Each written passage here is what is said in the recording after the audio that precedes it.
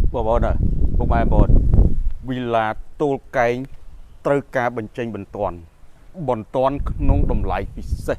សុកចិត្តលក់ខាតខ្ទង់10000ដុល្លារបងប្អូនគឺវិឡាទូលមួយនេះតែម្ដងលក្ខណៈពិសេស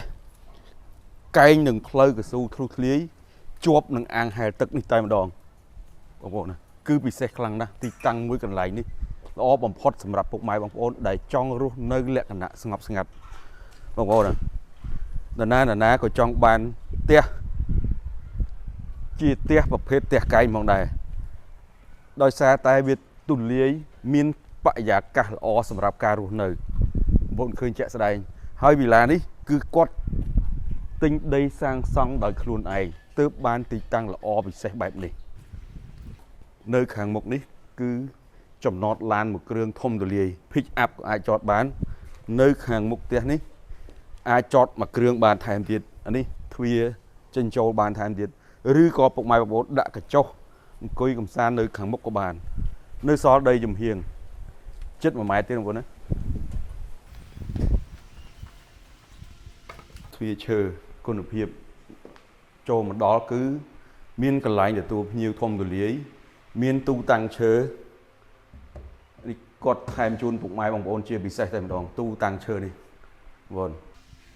នៅខាងក្រោយនេះមានផ្ទះបាយធំទូលាយ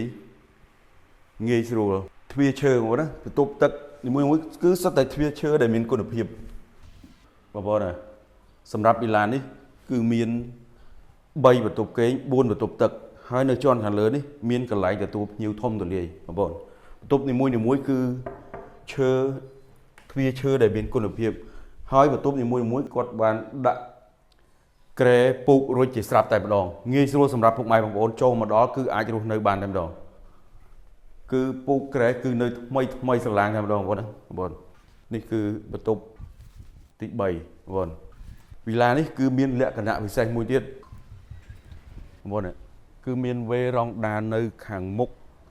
ជាមួយបរិយាកាសស្រស់ស្រាយតែម្ដងគឺរស់នៅលក្ខណៈស្ងប់ស្ងាត់កម្រមានបងប្អូនកម្រជួបទីតាំងកែងហើយនៅជាប់នឹងអាងហែលទឹកទៀតបងប្អូនរយណាបានវិឡាកែងទីតាំងនេះចុះពីផ្លូវកប់ស្រូវតែ3000ម៉ែត្រឬក៏3គីឡូគឺមកដល់ចំណុចទីតាំងផ្ទះនេះតែម្ដងពីចំណុចផ្លូវលបឿនលឿនតែ5គីឡូពីចំចៅតែ9គីឡូគឺមកដល់គឺទីតាំងលក្ខណៈពិសេសតែម្ដងសម្រាប់ពុកម៉ែបងប្អូនដែលចង់បានផ្ទះនៅគៀកចិត្តនឹងផ្លូវកប់ស្រូវបងប្អូនណាឥឡូវនេះគាត់ត្រូវការបញ្ចេញបន្ទាន់ក្នុងតម្លៃពិសេសជាឱកាសសម្រាប់ពុកម៉ែបងប្អូនប៊ីឡានេះគាត់ត្រូវការតម្លៃក្រោម 100,000 ហើយកាត់ប្លង់រឹងជាពិសេសជូនពុកម៉ែបងប្អូនបន្ថែមទៀតជាឱកាសសម្រាប់ពុកម៉ែបងប្អូនដែលអញ្ជើញមកមុន